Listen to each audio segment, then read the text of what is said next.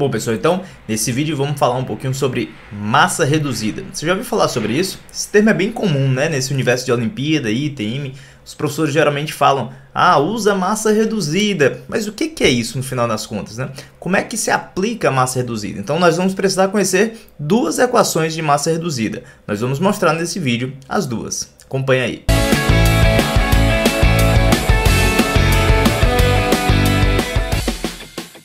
Olha só, tracei aqui meus três eixos, x, y, z, né? E tenho aí duas partículas. Primeiro ponto, galera, massa reduzida vai ser um termo utilizado para duas partículas, tá bom? Sistema de duas partículas. Inicialmente eu vou localizar aqui o vetor posição da partícula 1. Eu vou chamar assim, ó, R1, R com letra forma. Vou também localizar a partícula 2, R2, tá? Também com letra de forma. E vou localizar a partícula 2 em relação à partícula 1.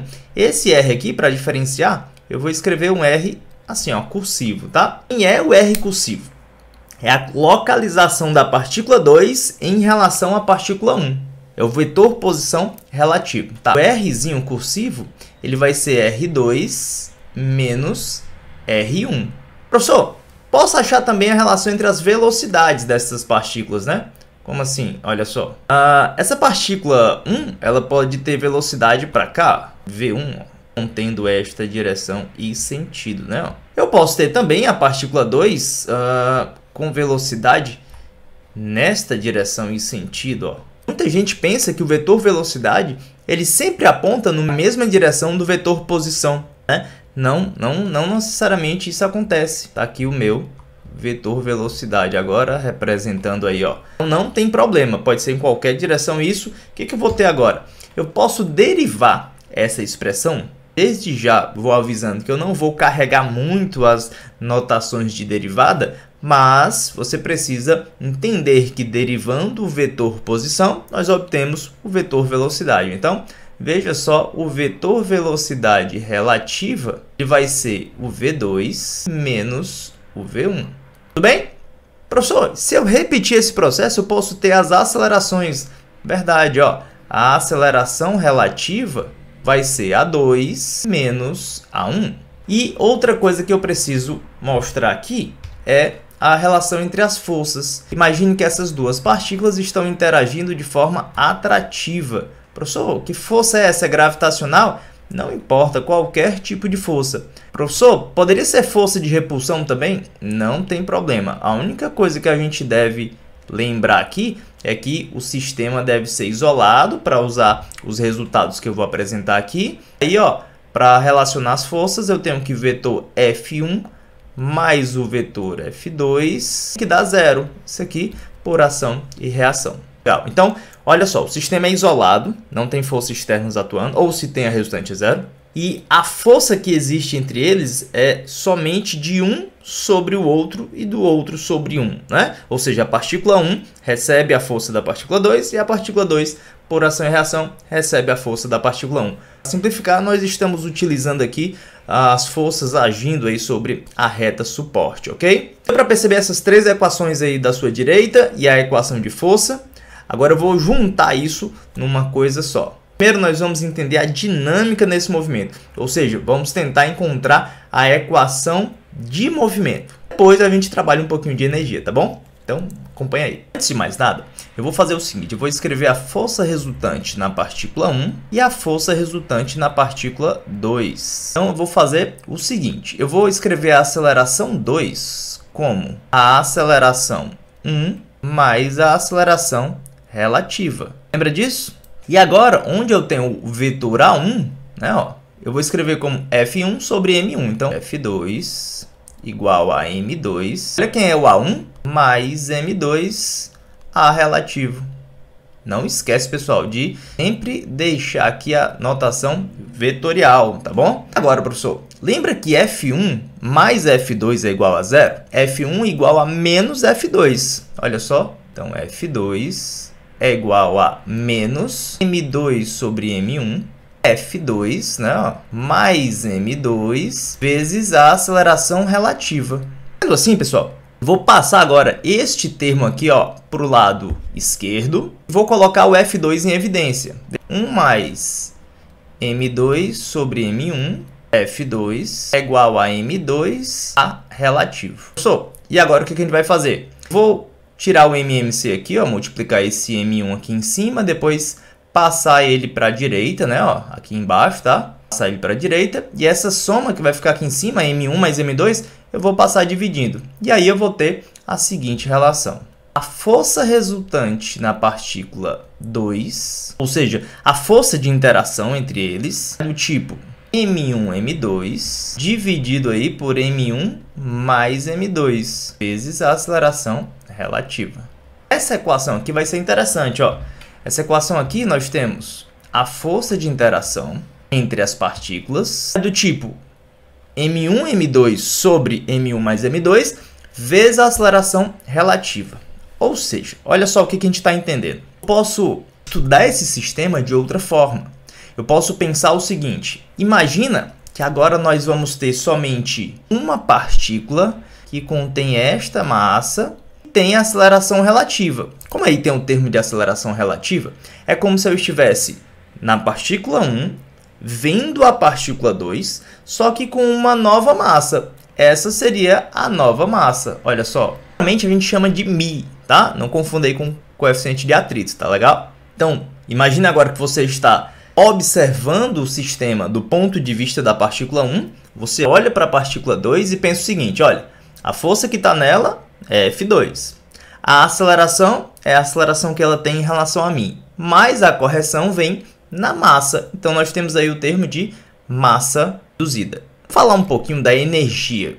Como é que eu posso observar a energia de um sistema onde aparece o termo de massa reduzida? E depois a gente faz algumas aplicações. Espera aí. Galera, para a gente trabalhar aqui com a energia do sistema, eu vou pensar o seguinte. Eu vou tentar escrever a energia desse sistema da seguinte maneira. 1 meio de M1 V1 quadrado mais 1 meio de M2 V2 quadrado. Lembrando que eu estou trabalhando com a energia cinética, tá? Vou trabalhar aqui só com a energia cinética de um sistema. Vamos relembrar como é que calcula a velocidade do centro de massa. A velocidade do centro de massa, ela é calculada da seguinte maneira. Ela é dada por M1 V1 mais M2 V2 dividido por M1 mais M2. Lembrando, pessoal, sempre trabalhar de forma vetorial durante as demonstrações, né? Porque você vai ter todo um formalismo aí, tá? Às vezes, numa questão ou noutra, você pode até simplificar, mas em demonstrações nunca esqueçam do formalismo. Eu lembro também que o V relativo é do tipo V2 menos V1. O que eu vou fazer aqui, ó? Eu vou pegar esse V2, ele é V relativo mais V1, e vou substituir aqui em cima. V do centro de massa igual a M1 V1, M1 mais M2, mais M2, olha só quem é o V2. O V2, pessoal, ele vai ser o V relativo menos, no caso agora mais, né? O V1, ó, era M1, né? O V do centro de massa, ele vai ser escrito como M1 mais M2 vezes V1, vai cancelar isso aqui, ó. Faça essa continha para você ver, vai dar V1 mais M2 dividido aí por M1 mais M2 relativo. Então, significa dizer que quando você escrever a velocidade V1 da seguinte maneira. V1 é igual a V do centro de massa menos esta expressão. Tudo bem? Legal. Agora é interessante, pessoal, que eu posso usar a mesma álgebra aí para encontrar também V2. V2 vai ficar assim, ó. V2 é igual ao V do centro de massa mais M1 mais M2, V do centro de massa, né? Bem, aí o que eu vou fazer? Eu vou pegar essas duas equações aqui, pessoal, ó, esta de V1 e esta de V2, e vou simplesmente substituir aqui em cima, tá bom? Primeira coisa, ó, aqui tem V1 quadrado. Como é que eu calculo V1 quadrado, né? Então, eu tenho aqui, ó, o V1 sendo uma subtração de vetores, né? E eu quero achar o quadrado dele, eu vou fazer o produto escalar dele por ele mesmo, tá? Vamos calcular aqui, ó, V1 escalar V1. Quanto é que vai dar isso? V1 quadrado. Pois bem, então eu vou calcular isso da seguinte maneira, ó. Ok, como é que eu faço essa conta, professor? Ó, distributiva normalmente, né? Então eu vou ter aqui VCM escalar VCM. Aí eu vou ter o seguinte, ó, VCM vezes isto menos. E este termo vezes este, ok? Perceba que num produto escalar é válida a propriedade da comutação. Então já vou escrever direto 2 vezes este termo. Lembrando que no produto vetorial isso não seria verdade. M2, M1 mais M2. E aí quando for escrever aqui, ó, fica V relativo e mantém o produto escalar, ó, V do centro de massa. Faz aqui a ordem e tem o segundo termo, né? Mais M2 sobre M1 mais M2. Tudo isso, pessoal, ao quadrado, né? V relativo ao quadrado. Legal? O V2 ao quadrado. Como é que ficaria o V2 ao quadrado? Esse é o V1. O V2 ao quadrado, se a gente for abrir essa continha, vai dar da mesma forma. Aqui vai aparecer, ó, módulo de VCM ao quadrado, né? Ó, módulo de VCM ao quadrado aqui também vai aparecer. Lembrando que lá no caso vai ser um sinal positivo, né? Então nós vamos ter 2 vezes M1, M1 mais M2, V relativo, VCM, escalar, não é? Lembrando que aqui é M1, para não confundir, ok? Mas, trocando aqui também vai dar M1, M1 mais M2, V relativo ao quadrado. Certinho? Tá dando para ver aí, né? Vamos substituir isso. A energia do sistema vai ser 1/2 de M1 vezes tudo isso aqui, ó.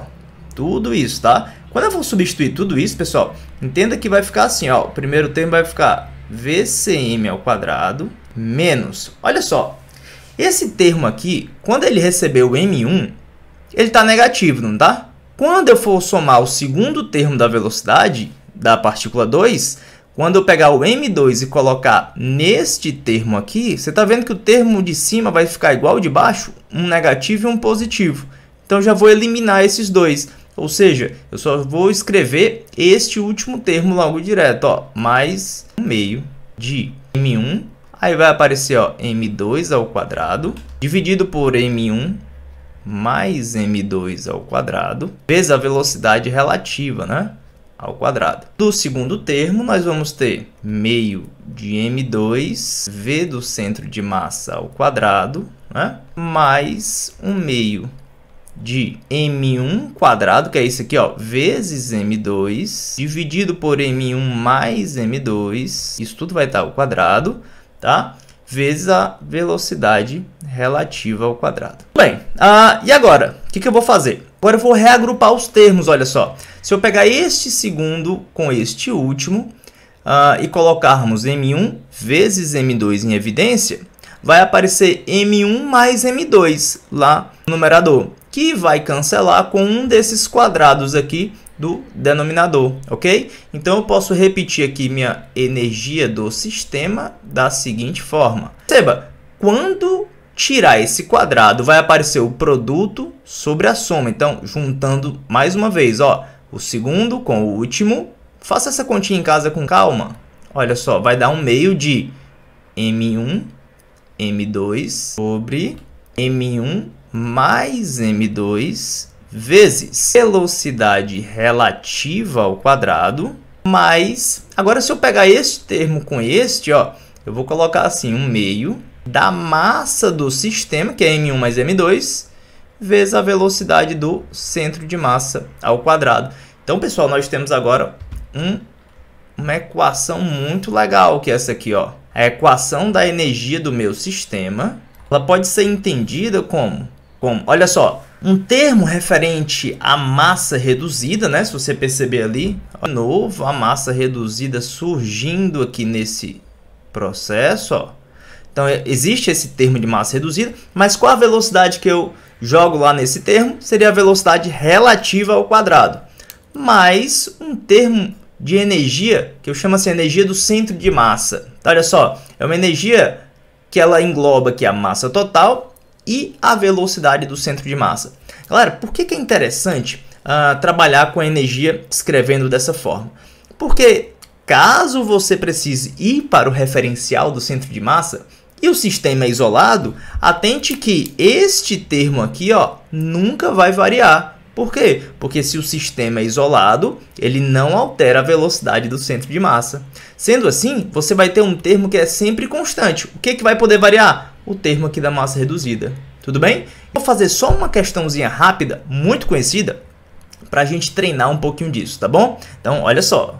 Bom, galera, então só para a gente testar aí essa nova ideia, olha o que vai acontecer. Você já deve ter visto esse problema, né? Super clássico. Já apareceu aí em um montão de provas. Eu acho que é super importante você saber resolver esse exercício e mais, resolver rápido. Então, uma ideia é usar massa reduzida. Existem várias outras ideias, mas eu acredito que a mais rápida deva ser por massa reduzida. Olha só, o problema consiste em uma massa M1 vindo com velocidade V0 e um bloco de massa M2 em repouso e não tem atrito na superfície. Existe uma mola acoplada ao bloco 2 de constante elástica K e ele quer saber o seguinte: qual é a maior elongação que essa mola vai obter? Ou seja, na hora que o bloco 1 começar a encostar na mola, o bloco 2 também começa a se mover e aí nós vamos ter o desenvolvimento da situação. A minha ideia é o seguinte: como o sistema é isolado, pessoal, lembre que a força resultante externa é nula, concorda? Se a força resultante externa é nula, a aceleração do centro de massa também vai ser nula. E assim, a sua velocidade vai ser constante, concorda? Então, se a velocidade do centro de massa não vai se alterar, lembra lá da expressão anterior? Ela tinha um termo de velocidade relativa, envolvendo massa reduzida, e tinha um outro termo com velocidade do centro de massa. Já que essa não vai alterar, eu nem vou escrever, tudo bem? Então, repare, eu só vou escrever o seguinte, que a energia relacionada à massa reduzida mais aquele termo de velocidade do centro de massa, que eu vou escrever assim, ó, constante, vai ser igual a energia cinética depois, né, mais a potencial. Então, a energia cinética depois, eu vou ter 1/2 de μ vezes a velocidade relativa final, tá? Mais a mesma constante que nós tínhamos aqui, que é o quê? É 1/2 da massa total vezes a velocidade do centro de massa. Estou colocando constante aqui porque não vai alterar, né? Mais 1/2 de kx ao quadrado. Essa é a nossa conservação de energia. Lembrando, pessoal, que neste caso nós vamos ter aqui, ó, esse camarada cancelando com este, tá? Aí, ó, quando é que eu vou ter esse x máximo? Quando é que ele vai ser máximo? Ora, isso aqui já é dado pelas condições iniciais do problema. Quando eu tiver este cara aqui, ó, mínimo. Ou seja, se eu tenho um número aqui ao quadrado, qual é o menor valor dele? 0, né? Ou seja, eu vou ter que o meu x máximo vai ser quando este termo aqui for 0. Olha que interessante. Quando a velocidade relativa entre as partículas for nula. Isso significa que as velocidades vão ser iguais, não é? Porque se eu tiver uma menos a outra, vai dar 0. Vou precisar saber quem é minha velocidade relativa inicial. Ora, se aqui está parado e aqui tem V0, então a minha velocidade relativa é simplesmente V0 e acabou minha questão. Olha só, esse meio vai cancelar este meio. O K eu vou passar dividindo, então eu vou ter μ, que é massa reduzida, M1, M2 sobre M1 mais M2, V0 ao quadrado sobre K, e meu X máximo, minha compressão máxima. Tudo bem?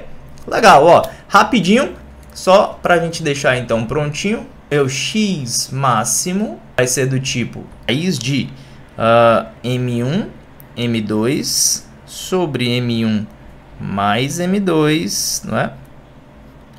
Vezes V0 ao quadrado sobre K. Show? Então, pessoal, espero que tenham gostado aí dessa ideia. Se tem algum comentário, alguma sugestão a mais, deixa aí abaixo do vídeo. Dá um like aí, dá um joinha. Não esquece de se inscrever para receber as notificações. E até a próxima.